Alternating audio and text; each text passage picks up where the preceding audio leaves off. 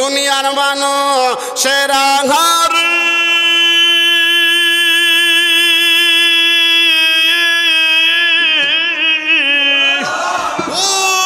দুনিয়ার মানুষেরা আমার নবীরে শুধু নবী যারা মানবো আর কোনো গুণ মানবে না। যদি কেউ বলে মান আমানা বির রাসূল, শুধু আমি নবীর রাসূলকে রাসূল মানলাম, ফাকাদ কাফার, সেও সেম কাফের হয়ে যাবে। এইবার ছাত্ররা কয় হুজুর আমার নবীর তো একটা গুণ রাসূল আছে। আমার কাজী সানাউল্লাহ পানিপতি রহমাতুল্লাহি আলাইহি বলে নবী যে রাসূল শুধু একটা গুণ, এই একটা গুণ মাইনা যদি নবী মানা হয় সে কাফের হয়ে যাবে। আমার নবীর হাজার হাজার গুণ রয়েছে। 4 নম্বর সূরা নিসার 80 নম্বর আয়াতে সরাসরি বলতেছেন, কোরআনে অসংখ্য আয়াত এরকম আছেন যে আয়াতগুলো প্রথমে আতিউল্লাহ, আল্লাহর অনুসরণ করো, ও আতিউর রাসূল, রাসূলের ইত্তেবা করো। কিন্তু সূরা নিসার 80 নম্বর আয়াতে আল্লাহ একটু ব্যতিক্রম ধর্মী কথা বললেন। কাফেররা প্রশ্ন তুললেন যে আল্লাহর পরিচয় দাও। যখন সূরা কুল হুয়াল্লাহ নাজিল হয়, তুমি বলো আল্লাহ এক, অদ্বিতীয়, আল্লাহ কারো মুখাফিকি নয়, আল্লাহর ছেলে মেয়ে নাই, আল্লাহ কারো ঘর থেকে জন্ম নেয় নাই, আল্লাহর সমকক্ষ কেউ নাই। হে মুহাম্মদ সাল্লাল্লাহু আলাইহি সাল্লাম, তাহলে আল্লাহর পরিচয় দাও। এই হচ্ছে আল্লাহর পরিচয়। তখন কাফেররা কয় যে এই 4টা পরিচয় দিছো, আল্লাহকে তো দেখার মতো একটাও নাই, দেখার মতো একটাও নাই। সূরা কুল হুয়াল্লাহর শানে নুজুলের ভিতরে কাফেরদের প্রশ্নের জবাব হিসাবে আল্লাহ তাআলা 4 নং সূরা নিসার 80 নম্বর আয়াতখানা নাজিল করে এদেরকে বলেন, নবীকে বলতেছেন হে রাসূল এদেরকে বলেন তোমরা আল্লাহ দেখো না, আমারে দেখছো? সবাই বলে হ্যাঁ আপনাকে দেখছি, আপনার পিতামাতা বংশ জানি। সুবহানাল্লাহ বলেন আর একটু জোরে, আপনার বংশ পিতামাতা সব জানি। তখন আল্লাহ বলেন এদেরকে বলে দেন আমারে যদি তোমরা দেখে থাকো, আমাকে অনুসরণ করলেই, আমাকে মানলেই আল্লাহ মানা হয়ে যায়। আর একটু জোরে বলেন সুবহানাল্লাহ। আল্লাহ তাআলা কোরআনে বলেন বিসমিল্লাহির রহমানির রহিম, মান ইউতি'র রাসূল ফাকাদ আতা আল্লাহ ওয়া মান তাওয়াল্লা ফামা আরসালনাকা আলাইহিম হাফিজা। আওয়াজ করে বলেন আল্লাহু আকবার। বন্ধুরা রে আমার, আল্লাহ তারা বলেন দুনিয়ার মানুষ আমার নবী সাধারণ না, আমার নবীর শান যারা বুঝবা না, আমি আল্লাহ জান্নাত তোমাদের জন্য বানাইছি না। জান্নাতে যাবে তারা যারা নবীর শান বুঝা নবীরে মানবে। নবীরে মানাটা 2 রকম হয়, আল্লাহকেও মানা 2 রকম হয়। কাজী সানাউল্লাহ পানিপতি রহমাতুল্লাহি আলাইহি একটা ফতোয়ার কিতাব রয়েছে ওনার লিখিত মালা বুদ্দা মিনহু। ওই কিতাবের মধ্যে কাজী সানাউল্লাহ পানিপতি রহমাতুল্লাহি আলাইহি, যিনি তাফসিরে দুররে মানসুর লিখেছেন, যিনি তাফসিরে মাজহারির রাইটার, ওই কাজী সানাউল্লাহ পানিপতি রহমাতুল্লাহি আলাইহি আরেকটা ফতোয়ার কিতাব লিখলেন মালা বুদ্দা মিনহু। এই কিতাবটা কামিল ক্লাসে পড়ানো হয়, ফতোয়া বিভাগে পড়ানো হয়, যারা মুফতি হয় এদেরকে পড়ানো হয়। এই কিতাবের মধ্যে ফতোয়াটা রয়েছে। কাজী সানাউল্লাহ পানিপতি রহমাতুল্লাহি আলাইহি বলে ও দুনিয়ার মানুষেরা শুনে নাও, আমার আল্লাহরে শুধু আল্লাহ মানলে হবে না, কারণ আবু জাহেলও আমার আল্লাহরে আল্লাহ মানতো। শুধু আল্লাহকে শুধু আল্লাহ কাফেররাও মানে, আমার আল্লাহরে মানতে হবে আল্লাহর গুণ। আমি আরবি 11টা সহ বলি, যেহেতু এটা ইন্টারনেটে যায় আলেমরাও দেখবে। আল্লাহর এই পাগল নবীর পাগল ডাক দিয়া বলেন মান আমানা বিল্লাহ, কেউ যদি বলে আমি আল্লাহরে মানলাম, ফাকাদ কাফার, শুধু এইটুকু মানলে যে আমি আল্লাহরে আল্লাহ মানলাম, গুণ জানে না, গুণ মানেও না। কাজী সানাউল্লাহ পানিপতি রহমাতুল্লাহি আলাইহি বলেন ওই ব্যক্তির ঈমান নাই, সে কাফের হয়ে যাবে। ছাত্ররা ডাক দিয়া কয় হুজুর ঈমানের 1 নাম্বার শাখা আমার আল্লাহরে মানা। শুধু আল্লাহ মানলে কাফের হয়ে যায়, তাহলে কিভাবে মানতে হবে? ডাক দিয়া কয় ছাত্ররা শুনে নাও, তোমরা বলতে হবে মান আমানা বিল্লাহি ওয়া কুল্লু সিফাতিহি, আমরা আল্লাহরেও মানলাম, আল্লাহর যত গুণ আছে, আল্লাহর যত সিফাত আছে, ওই সব গুণ নিয়ে আমরা আল্লাহরে আল্লাহ মানলাম। কাজী সানাউল্লাহ পানিপতি রহমাতুল্লাহি আলাইহি বলেন, আল্লাহকে আল্লাহর সমস্ত গুণ নিয়ে যদি মানা হয় ফাকাদ ইউমিনু, তখন লোকটা মুমিনে মুকাম্মেল জান্নাতি হয়ে যায়। চিৎকার দিয়ে বলেন আল্লাহু আকবার। আল্লাহর ওলি ডাক দিয়া বলে, দুনিয়ার মানুষেরা রে, আমার আল্লাহর একটা গুণ, আল্লাহ এক, আল্লাহর দুই নাই। আল্লাহর আরেকটা গুণ আল্লাহ রজ্জাক, সব কিছুর রিজিক দাতা। আল্লাহর আরেকটা গুণ আল্লাহ মালিক, আল্লাহ হাসরের ময়দানে বিচারক হয়ে বসবেন। আল্লাহর আরেকটা গুণ খালেক, আল্লাহ সব কিছু সৃষ্টি করেছে।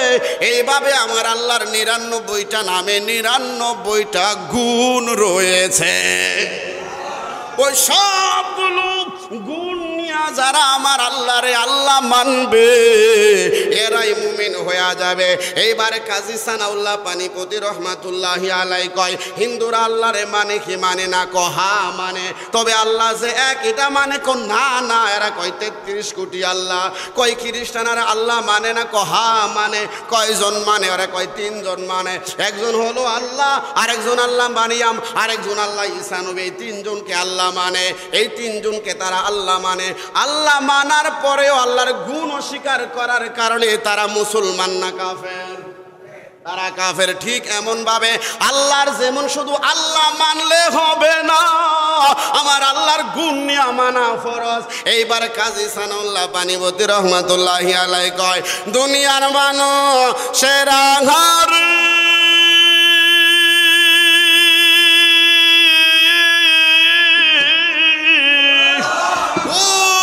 দুনিয়ার মানুষেরা আমার নবীরে শুধু নবী যারা মানবো, আর কোনো গুণ মানবে না। যদি কেউ বলে মান আমানা বির রাসূল, শুধু আমি নবীর রাসূলকে রাসূল মানলাম, ফাকাদ কাফার, সেও সেম কাফের হয়ে যাবে। এইবার ছাত্ররা কয়, হুজুর আমার নবীর তো একটা গুণ রাসূল আছে। আমার কাজী সানাউল্লাহ পানিপতি রহমাতুল্লাহি আলাইহি বলে, নবী যে রাসূল শুধু একটা গুণ, এই একটা গুণ মাইনা যদি নবী মানা হয় সে কাফের হয়ে যাবে। আমার নবীর হাজার হাজার গুণ রয়েছে, তাহলে কিভাবে মানতে হবে? মানতে হবে মান আমানা বির রাসূল, আমি নবীকেও মানলাম, ওয়া কুল্লু, ওয়াও মানে এবং, কুল্লু মানে সব, সিফাত মানে গুণ, সিফাতিহি ও কুল্লু সিফাতিহি, আমি রাসূলকে রাসূল মানলাম। আল্লাহ যতগুলো গুণ দিয়া নবীরে নবী বানাইছে, ওই সব গুণ সহ আমি নবীরে মানলাম।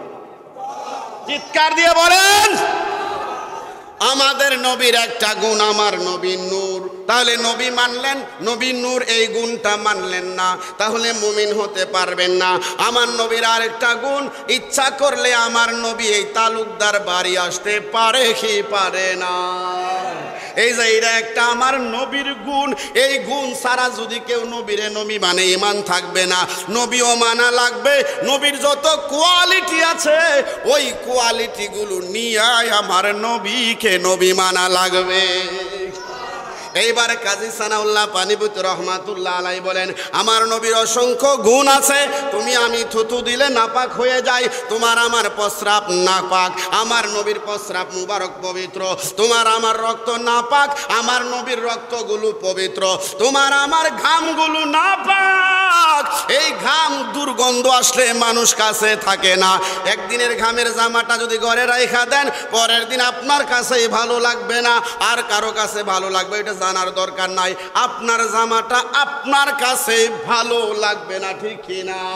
কাজী সানাউল্লাহ পানিপতি রহমাতুল্লাহি আলাইহি বলে, আমার নবীরে শুধু নবী মানলে হবে না, তোমার আমার হচ্ছে ঘাম, আমার নবীটা ঘাম মুবারক, এই ঘাম মুবারক নিয়ে নবী মানতে হবে। তুমি তুমি আমি রাস্তা দিয়া যদি কোনো ছেলেরা হাইটা যায়, বালকের মাথায় হাত বুলাই দিলে কোনো সুঘ্রাণ হবে না। আমার নূরের নবী হাত মুবারক যদি কোনো বালকের মাথায় রাখে, দিন রাত মিল্লা 3 দিন পর্যন্ত মাথার মধ্যে মেশকো আম্বরের ঘ্রাণ পাওয়া যায়।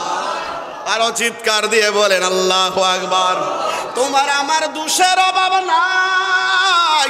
আমরা আলোচনা করি যে যেই সেক্টর আছে, যে কাজ করবে তার গুণও থাকবে, দোষও থাকবে। আল্লাহর নবী সাল্লাল্লাহু আলাইহি সাল্লাম সম্বন্ধে তোমার আকীদা থাকা লাগবে, সৃষ্টি জগতে আমার নবীর কোনো ভুল নাই। এই যে ভুল আছে যদি বলা হয়, বহুত হুজুররা দেখবেন নেটের মধ্যে ওয়াজ করে, ইন্টারনেটে পাবেন, নবীও মানুষ, এই জন্য নবীরও ভুল হয়। আমার আল্লাহ কিছু কিছু বিষয় ভুলগুলো আল্লাহ নিজেই করাইছে। এই দলিলটা আপনাদেরকে দেই, আপনারা মনে রাখবেন। 1 নাম্বার পারা 16 নম্বর পৃষ্ঠা, 1 নাম্বার লাইন, 1 নাম্বার পারা 16 নম্বর পৃষ্ঠা, 1 নাম্বার লাইন সূরা বাকারার মধ্যে আল্লাহ কয়, মা নানসাখ মিন আয়াতিন আও নুনসিহা আও নাতি বিহি মিসলিহা। আমি আল্লাহ মাঝে মধ্যে কোনো নতুন শক্তিশালী আইন দেওয়ার জন্য, আরো ভালো কিছু নিয়ম দেওয়ার জন্য আমার নবীর জেহেন থেকে কিছু কিছু মাসালা আমি নিজেই ভুলাইয়া দেই। কিন্তু আমার ক্ষেত্রে, আপনার ক্ষেত্রে আমি ভুল করি, কে ভুল করে? কিন্তু আল্লাহ বলেন, নবী যেই ভুলটা দেখা যায় ভুল হয়েছে, ওইটা তোমাদের কাছে ভুল নয়, তোমাদের কাছে এটা আদর্শ।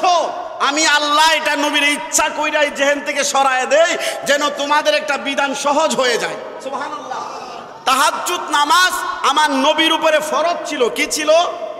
আওয়াজ করে বলেন। ফরজ ছিল। তে আমার নবী 5 ওয়াক্তের পাশাপাশি তাহাজ্জুদও পড়তেন। এখন নবীর উপরে ফরজ, যদি নবী না ছাড়ে, নবী যদি না ছাড়ে, উম্মতের উপরও ফরজ হয়ে যাবে। এই বিদায় আমার নবী তাহাজ্জুদ নামাজ কয়েকদিন ইচ্ছা কইরা কাজা করছে। সুবহানাল্লাহ কইতেন না? এটা কি নবীর ভুল? না, নবী ইচ্ছা কইরা করছে, আল্লাহই করাইছে। তাহলে নবীকে মানতে হবে, শুধু নবী না, আমার নবী নির্ভুল নবী। আমার নবীর মতো সৃষ্টি জগতে আর কেউ হতেই পারে না। সুবহানাল্লাহ। আর একটু জোরে বলেন আল্লাহু আকবার। ওই নবীর মদিনা আমরা যাইতে চাই কি চাই না? মন চাই যদি মদিনা যাইতে, মদিনা যাইতে যাদের মনে চায়, রাসূলকে দেখতে যাদের মনে চায়, এদের ভিতরে ঈমানটা তরু তাজা আছে। আর একটু জোরে বলবেন আল্লাহু আকবার। সবাইকে মদিনায় নিলাম, আমায় নিলাম না, বলেন সবাইকে মদিনায় নিলাম, আমায় নিলাম না। মদিনায় আমার আসল ঠিকানা, বলো না মদিনায় আমার, বলুন সবাইকে মদিনায় নিলা, সবাইকে আমায় নিলাম না, মদিনায় আমার। নবীর শান খারাপ লাগে? গুনগুন করে বলেন, কারণ এইরকম শান গায়েও বহু আশেক নবীরে দেখছে। আপনারা শেখ সাদী রহমাতুল্লাহি আলাইহি একজন আল্লাহর ওলি, নাম শুনছেন? ওনার একটা কাসিদা সব দলের আলেমরাই বলে, আমি বললে আপনারা বুঝে লাইবেন, বালাগল গোলাবি। আরেকটু জোরে বলেন না। এই কাসিদাটা সব দলের আলেমরা বলে না।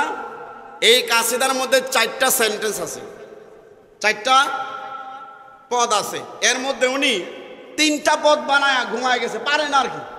বালাগল গোলাবি কামালিহি, এর অর্থ কি?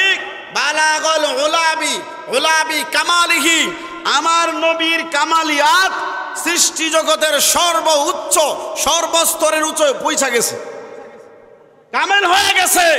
কাশাফাত দুজাবি জামালিহি, দু জাহানের মধ্যে আমার নবীর জামালিয়াত সৌন্দর্য বিকশিত হয়ে গেছে। যদি বলেন গাছের সৌন্দর্য কোথা থেকে আসছে, যদি আল্লাহ গাছকে জবান দেয়, গাছ বলবে নবীর সৌন্দর্য থেকে আল্লাহ আমাদের সুন্দর বানাইছে। ফুলের সৌন্দর্য আমার নবীর সুন্দর থেকে বানাইছে। কাশাফাত দুজাবি জামালিহি, আল্লাহর ওলি শেখ সাদী রহমাতুল্লাহ আলাইহি বলেন, তামাম দুনিয়া, দু জাহান নবীর সৌন্দর্যে বিকশিত হয়ে গেছে। হাসনাত জামিউ খিসালিহি, আমার নবীর চরিত্রর মতো এত উত্তম চরিত্র জামিউ খিসালিহি আল্লাহর সৃষ্টি জগতে আর নাই। এই তিনটা কথা বইলা তিনটা পদ লেখা ওনার আর মনে নাই, কি নাই, আর মিলাইতে পারতেছে না। উনি রাতের বেলা অজু কইরা ডান পার্শ্বে ডান কাত হইয়া সুন্নত তরিকায় দুরূদ পড়তে শুরু করলেন, আর বলেন আল্লাহ গো, নবীর শানে যত আমি কাসিদা বানাইছি অসমাপ্ত হই নাই, আজকেরটা কেন সমাপ্ত হচ্ছে না? সুবহানাল্লাহ কইতেন না? রাত্র গভীর হয়ে গেল, এক পর্যায়ে দুরূদ পড়তেছে পড়তেছে পড়তেছে রাত্র হয়ে গেল। হঠাৎ করে রাত্র যখন একেবারে নিঝুম হয়ে যায়, সৃষ্টি জগৎ ঘুমায় গেছে, গাছপালা ঘুমায় গেছে, পশু পাখির কিচিরমিচির নাই, মানুষের একটা দরজাও খোলা নাই, সব দরজা ঘুমে আচ্ছন্ন, মানুষ ঘুমে আচ্ছন্ন। ওই গভীর সময় হঠাৎ কইরা শেখ সাদি রহমাতুল্লাহ আলাইহি দেখে, উনি স্বপ্নের ভিতরে দেখতেছে ওনার কুঠিরের মধ্যে অন্ধকার আলোহীন ঘরের মধ্যে হঠাৎ করে লক্ষ লক্ষ ভোল্টেজ পাওয়ারের একটা লাইট জ্বলে গেল। সুবহানাল্লাহর আওয়াজটা মদিনায় যাওয়া লাগবে, আর একটু জোরে বলেন, আরো জোরে বলেন, মানি না। শেখ সাদি রহমাতুল্লাহি আলাইহি দেখতেছে উনার ঘরের ভিতরে সুন্দর একটা লাইট, বেশি পাওয়ারের একটা লাইট নূরান্বিত হয়ে গেছে। হঠাৎ কইরা উনি ঘুমের ভিতরে স্বপ্নের ভিতরে জাগ্রত হইলেন। স্বপ্নের ভিতরে জাগ্রত হইয়া দেখে একটা নূরের মানুষ উনার ঘরের ভিতরে আস্তে আস্তে ঢুকতেছে। ওই শেখ সাদি রহমাতুল্লাহি আলাইহি বলে, এমন মানুষ আমি আর জীবনে দেখি নাই। ওই লোকটা আস্তে আস্তে আমার কাছে আসলো, আসার পরে আমি ঘুম থেকে ওইটা বৈশা গেলাম স্বপ্নের ভিতরে। আমি স্বপ্নের ভিতরে ঘুম থেকে ওইটা বৈশা গেলাম। এরপরে আমার কাছে আইসা মাথার মধ্যে হাত দিয়া কয়, পাগলা ওরে শেখ সাদি, তিনটা শব্দ বানাইলা, আরেকটা বানাইতে পারো না, মনের মধ্যে আক্ষেপ। ওরে শেখ সাদি, আওয়াজ করে বলেন আল্লাহু আকবার। ওরে শেখ সাদি, এই শব্দটা বানানোর জন্য মদিনা থেকে তোমার নবী আইসা গেছে। আমার নবী ডাক দিয়া কয়, শেখ সাদি, তুমি লক্ষ লক্ষ কাসিদা বানাইছো, এগুলা মানুষে জানবে না, তবে আমি তোমার কাসিদার মধ্যে একটা পদ জোড়া লাগায়া দে, সারা দুনিয়ার মানুষ এটা জানবে, এটার ইতিহাস আলোচনা করবে। কেন আলোচনা করবে? তুমি আমি নবীর প্রেম দিয়া প্রমাণ করেছো। আমার নবী বললেন, তুমি তো পারো না, তুমি বলো সল্লু আলাইহি ওয়া আলিহি। এর অর্থ কি? তুমি ডাক দিয়া বলো, ও আল্লাহ, তুমিও তোমার নবীর উপরে দরুদ পড়ো এবং তোমার সৃষ্টি জগত নবীর উপরে দরুদ পড়ে। এই কাসিদা আপনারা জানেন না? কোন আলেম আমার মনে হয় বাংলাদেশে বাদ নাই, একমাত্র আহলে হাদিসের দলের আলেম ছাড়া, যে এই কাসিদা পড়ে না। সুবহানাল্লাহ কোন? টেলিভিশনের মধ্যে যখন রমজান মাসে গজল আসে, এইসব কাসিদা সহ গজল আসে। এই জন্য রসুলের শান, রসুলের দেশের কথা, নবীজির বাবার কথা, নবীর মায়ের কথা, নবীর সন্তানের কথা, রসুলের কথা, রসুলের জামা মুবারকের কথা, নবীজির শরীরের কথা, নবীজির জুতা মুবারকের কথা, নবীর সাথে জড়িত যা কিছু আছে, এই সব কিছু যার ভালো লাগবে সেই হচ্ছে ইমানের স্বাদওয়ালা। আর একটু জোরে বলেন আল্লাহু আকবার। এই জন্য মহব্বতে বলবেন, সবাইকে মদিনায় নিলা, আমায় নিলা না তুমি, সবাইকে আমায় নিলা না, মদিনায় আমার, বলো না মদিনায় আমার আসল ঠিকানা, যেথায় আল্লাহ সেথায় নবী, নবীজি দিনের রবি, যেথায় আল্লাহ সেথায় নবী, যেথায় আল্লাহ সেথায় নবী, নবীজি দিনের রবি, দেখবি যদি নূরের ছবি, দেখবি যদি যা তুই মদিনা, মদিনায় আমার আসল ঠিকানা, বলো না মদিনায় আমার, বলুন সবাইকে মদিনায় নিলা, সবাই আমায় নিলা না, মদিনায় আমার, নবীজির সঙ্গ নবী চির সুখে রবি, নবীজির সঙ্গ লবি, চিরদিন তুই সুখী রবি, মরা দিল তোর তাজা হবে, মরা দিল তোর মরা রবে না। মদিনায় আমার আসল ঠিকানা, বলো না মদিনায় আমার, বলুন সবাইকে মদিনায় নিলা, সবাই আমায় নিলা না মদিনায় আমার, বলো না মদিনায় আমার। নবীর কত সংকট শান, নবী আল্লাহর বিধি বিধান, নবীর কত সংকট শান, নবীর কত সংকট শান, নবী আল্লাহর বিধি বিধান, ওই নবীজির মহব্বতে, ওই নবীজির মিলাদ পড়ো না মদিনায় আমার, বলো না মদিনায় আমার আসল ঠিকানা। তুমি সবাইকে মদিনায় নিলা, আমায় নিলা না, আল্লাহ সবাই আমায় নিলা না, মদিনায় আমার আসল ঠিকানা। চিৎকার দিয়ে বলেন আল্লাহু আকবার। বাইরারি আমার, আমার নবীর শান আমি গোলাম কি বয়ান করব। 1,24,000 সাহাবীরা আমার নবীর শান বয়ান করে গিয়েছে, তারপরেও নবীর শান শেষ হয় নাই। এই জন্য শেষ হয় নাই, আমার আল্লাহ একদিন জিবরাইল আলাইহিস সালাতু ওয়াস সালামকে নবীর কাছে পাঠায় গো, বলে ও জিবরাইল তুমি আমার নবীর কাছে চলিয়া যাও। জিবরাইল এসে ডাক দিয়া বলে নবী গো, ওগো মায়ার নবী, দয়ার নবী, রহমতের নবী, রহমাতাল লিল আলামিন, আপনার শান ও মান আজমত আমার আল্লাহ বাড়াইছে আপনি জানেননি।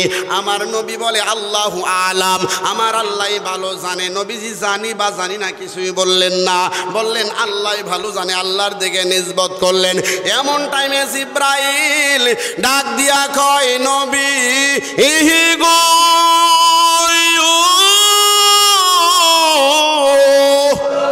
ও মায়ার নবীজি আপনার শান আমার আল্লাহ কেমনে বাড়াইছে।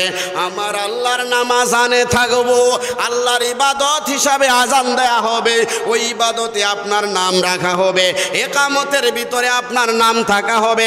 আল্লাহর ইবাদত নামাজ, ওই নামাজের ভিতরেও আপনার সালাম দেয়া হবে।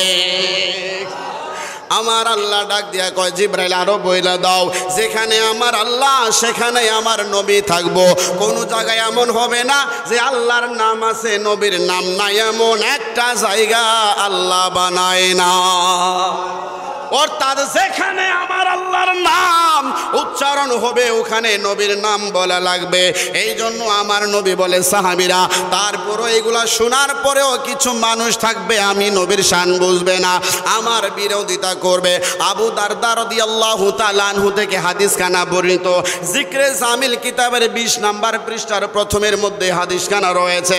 আমার কাছে কিতাবখানা আছে, ওই জিকরে জামিল কিতাবের 20 নম্বর পৃষ্ঠার মধ্যে হাদিস খানা রয়েছে।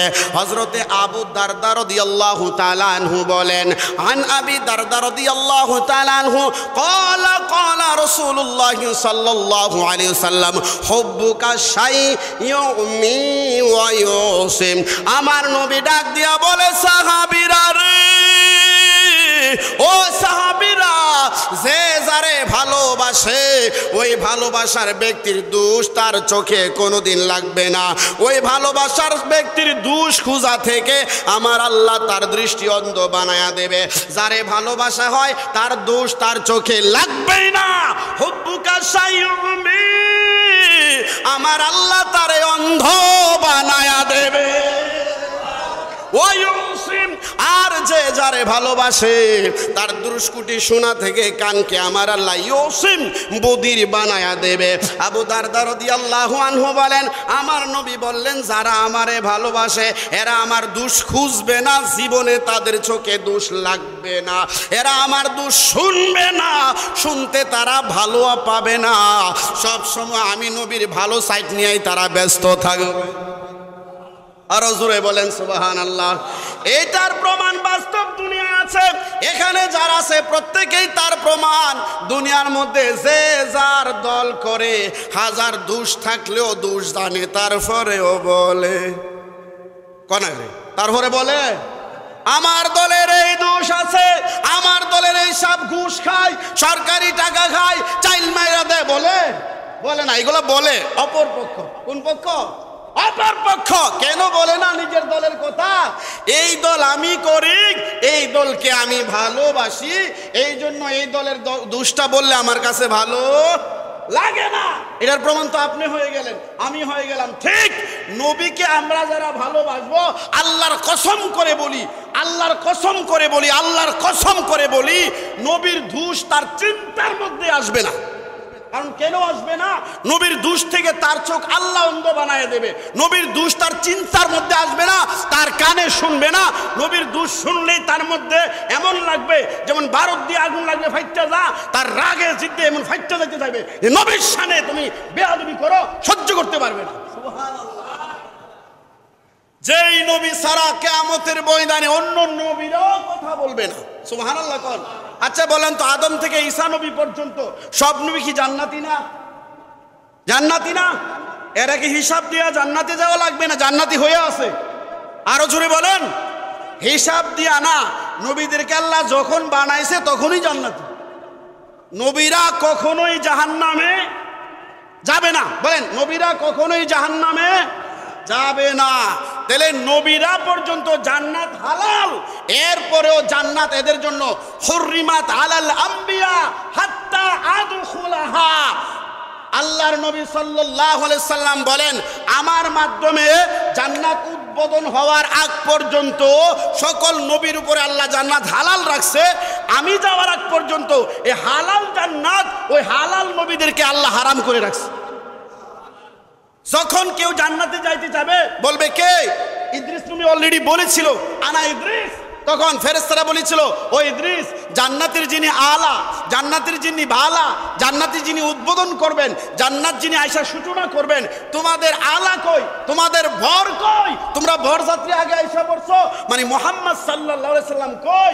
ইদ্রিস নবী বলে, উনি তো এখনো দুনিয়ায় আসে নাই। ও তাইলে এত যাও যাও, তুমি তোমার জায়গায় বারান্দায় বসে থাকো, জান্নাতের ধৌত করা পানি খাও, আর ওই নবী দুনিয়ায় যাবে, ওই নবী ইন্তেকাল করবে, এরপরে আরো শত শত লাখ লাখ বছর দুনিয়া থাকবে, ওই নবীর উম্মতেরা কবরে যাবে, ওই নবী কবর থেকে ওই হাসরের ময়দান হবে, কিয়ামতের ময়দান ঘটবে, গড়ার পরে আল্লাহ তাআলা জান্নাত উদ্বোধন করবে, ওই নবীর ডান কদম মুবারক আগে যাইব, যাওয়ার পরে তোমাদের জন্য জান্নাত হালাল হবে। দেখছেন আমরা কেমন নবীর উম্মত। সুবহানাল্লাহ কি আস্তে কইবেন না জোরে কইবেন? আর একটু জোরে বলেন আল্লাহু আকবার। আমরা নবী যে অনেক সময় ইয়া নবী, ইয়া রাসূল, ইয়া হাবিব এই কথাগুলো বলি না? বলি না? বলেন। যেমন আমরা যখন মিলাদে দাঁড়াই, ইয়া নবী সালাম আলাই, এই কথাগুলো বলি না?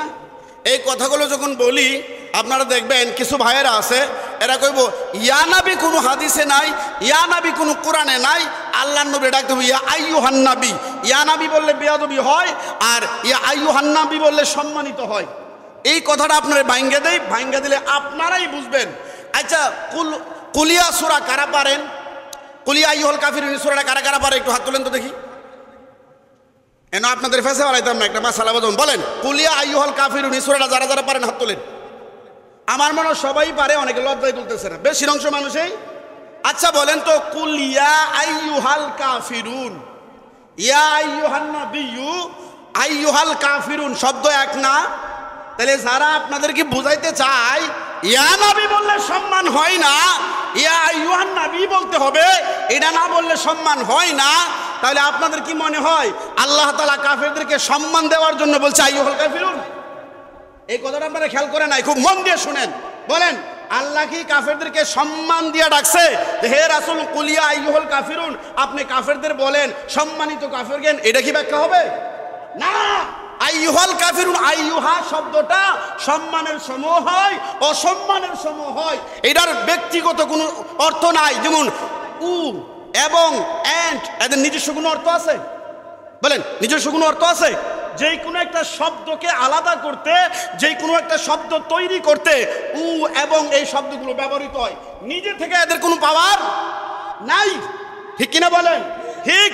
আইয়ুহা শব্দটা এরকম, এটা কোনো ক্ষেত্রে ভালো কাজেও ব্যবহার হবে, মন্দ কাজেও।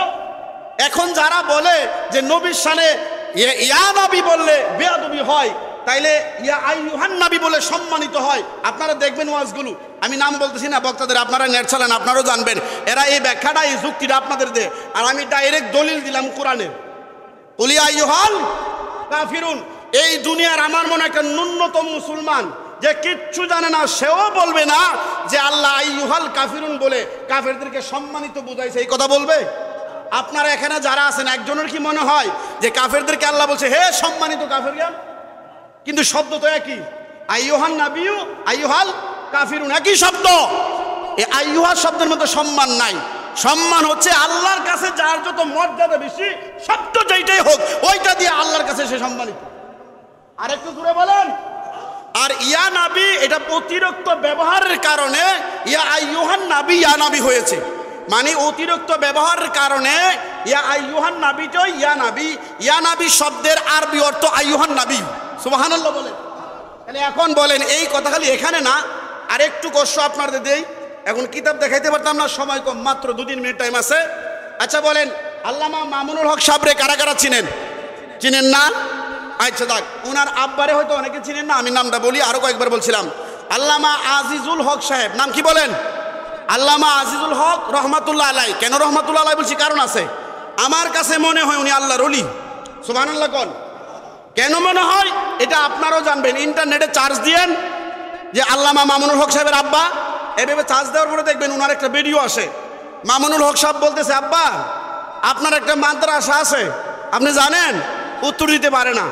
আপনার একটা ছেলে আছে মামুনুল হক করে নাম, চিনেন? উত্তর দিতে পারে না। তখন উনি বলে আল্লাহ আল্লাহ আল্লাহ আল্লাহ। সুবহানাল্লাহ কইতেন না? আর যেই দল হোক হকটা বলতে হবে না। এই আল্লাহরে যিনি ভুলে নাই, উনি আল্লাহর ওলি না? জুড়ে বলেন না। হোক আমার দলের না, যিনি এই টাইমে সন্তান ভুলে গেছে, মাদ্রাসা ভুলে গেছে, বিবি ভুলে গেছে, সব কিছু ভুলে গেছে, কিন্তু তার রবকে তিনি, এই আল্লামা মামুনুল হক সাহেবের আব্বা আল্লামা আজিজুল হক রহমাতুল্লাহি আলাইহি 7 খণ্ডে বুখারী লিখছে। তার নম্বরে 5 নাম্বার খণ্ড, 5 নাম্বার খণ্ডের 36 পৃষ্ঠা। বলেন কত পৃষ্ঠা? 36 পৃষ্ঠার মধ্যে আমার কাছে এখানে আছে। আপনারা বিরক্ত না নিলে আমি একটু দেখাই বলি, একেবারে সরাসরি দেখাই দিই আপনাদের বড় কইরা। 36 পৃষ্ঠার মধ্যে উনি নিজের হাতে লেখছে, ইয়া নবী সালাম আলাইকা, ইয়া রাসূল সালাম আলাইকা, ইয়া হাবিব সালাম আলাইকা, ইয়া হাবিব সালাম, এইভাবে সবগুলো শব্দ উনি 4টা শব্দ লিখছে। আপনারা যদি বিরক্ত না নেন আমি দেখাবো, ও সামনে এসে পড়ছি, একটু দেখাই দিই। দেখেন, সুবহানাল্লাহ বলেন। সুবহানাল্লাহি বিহামদিহি। আগেকার যে কমি বড় বড় আলেম ছিল, এরা আল্লাহর ওলি বেশির অংশই ছিল। সুবহানাল্লাহ কোন? যেমন দেখেন চরমনার পীর সাহেব ইসহাক সাহেব, ইসহাক রহমাতুল্লাহ আলাই, উনি দাঁড়াইয়া নবীরে সালাতু সালাম দিতেন, কিয়াম করতেন। সুবহানাল্লাহ বলি। 36 নাম্বার পৃষ্ঠা। কত নাম্বার পৃষ্ঠা? আপনাদের একটু কষ্ট দেই তথ্যটার জন্য, কারণ এগুলোর জন্য তো অনেক কষ্ট করেন আপনারা। গুতাগুতি তো সমাজ আছে, ওই ঠিক না? 34 আইসা পড়ছে ইনশাল্লাহ। 36